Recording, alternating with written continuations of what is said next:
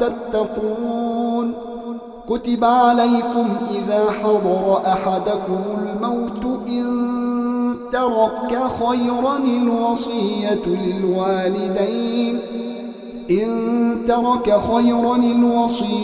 للوالدين والأقربين بالمعروف حقا على المتقين.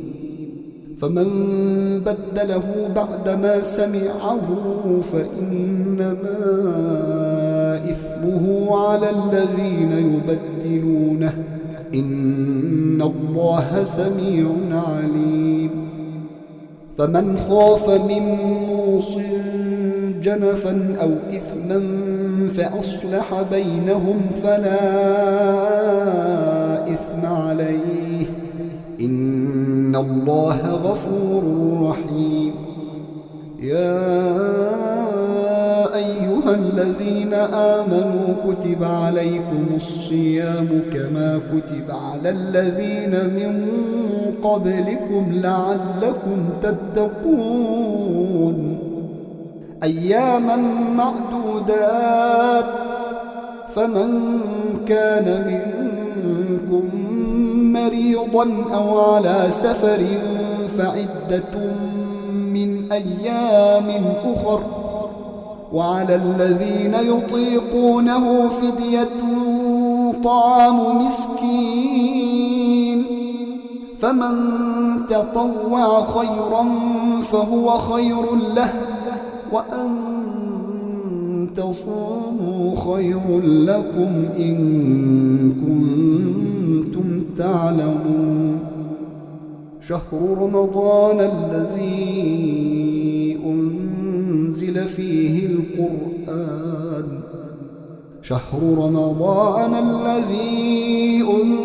فيه القرآن هدى للناس وبينات من الهدى والفرقان.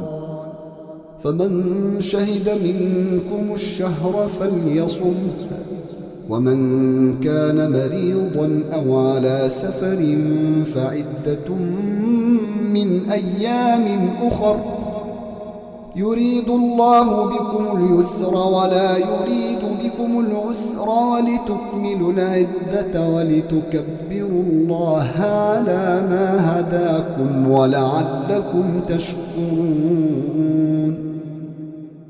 وإذا سألك عبادي عني فإني قريب أجيب دعوة الداع إذا دعان فليستجيبوا لي وليؤمنوا بي لعلهم يرشدون.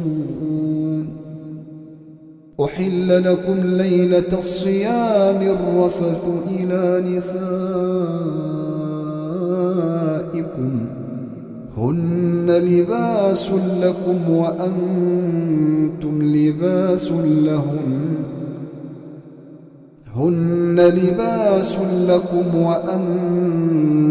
لباس لهن علم الله أنكم كنتم تختانون أنفسكم فتاب عليكم وعفى عنكم فالآن باشروهن وابتغوا ما كتب الله لكم وكلوا واشربوا حتى يتبين لكم الخيط الأبيض من الخيط الأسود من الفجر ثم أتموا الصيام إلى الليل ولا تباشروهن وأنتم عاكفون في المساجد تلك حدود الله فلا تقربوها كذلك يبين الله آياته للناس لعلهم يتقون. ولا تأكلوا أموالكم بينكم بالباطل وتدلوا بها إلى الحكام